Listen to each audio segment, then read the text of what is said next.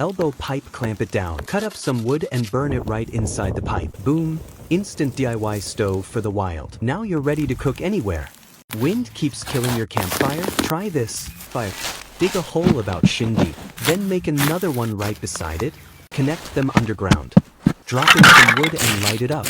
The airflow keeps your fire burning strong, and you can cook quietly even when the wind's blowing hard. Start by scoring the label with a knife, then slice the can like this, both directions. Open it up, pour out what's inside, and pierce small holes for air ventilation. Now, melt a candle until it turns to liquid. Shave wood into fine dust using a cheese grater, and mix it into the melted wax.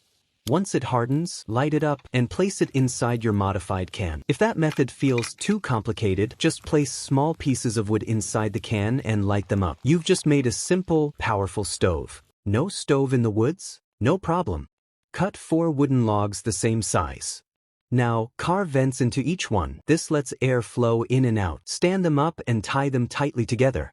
Light a fire in the center. Boom, DIY wood stove. Perfect for cooking in the wild, even with limited gear. Cut 3 sticks with a saw, then sharpen the tips with a knife. Stick them firmly into the ground. Next, poke a hole through a tissue. Place burning paraffin inside, and set it underneath.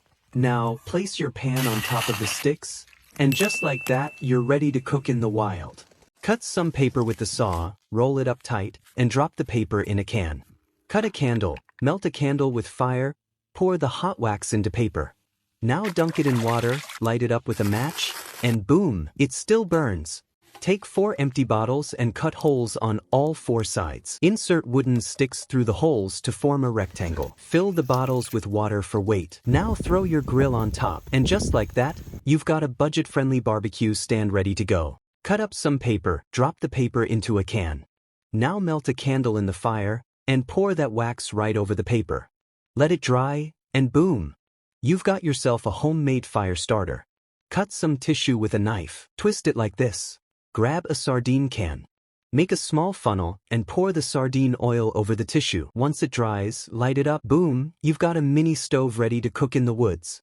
Grab a full sardine can and open the lid. Cut the lid into 2 metal strips, then notch and cross them like this. Place a tissue on the oily surface inside the can. Set the crossed metal on top, light the tissue, and now you've got a mini stove ready to cook. Draw a cross using charcoal and split it. Mark a stopping point and split each section only halfway down. Bring the pieces back together and secure tightly with wire. Now stuff some wood shavings or fire starter in the center. And just like that, you've got a natural wood stove ready for cooking.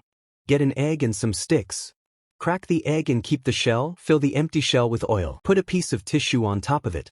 Stick the branches in the ground around the egg. Then light the tissue with a match. Boom! Now you can cook in the forest.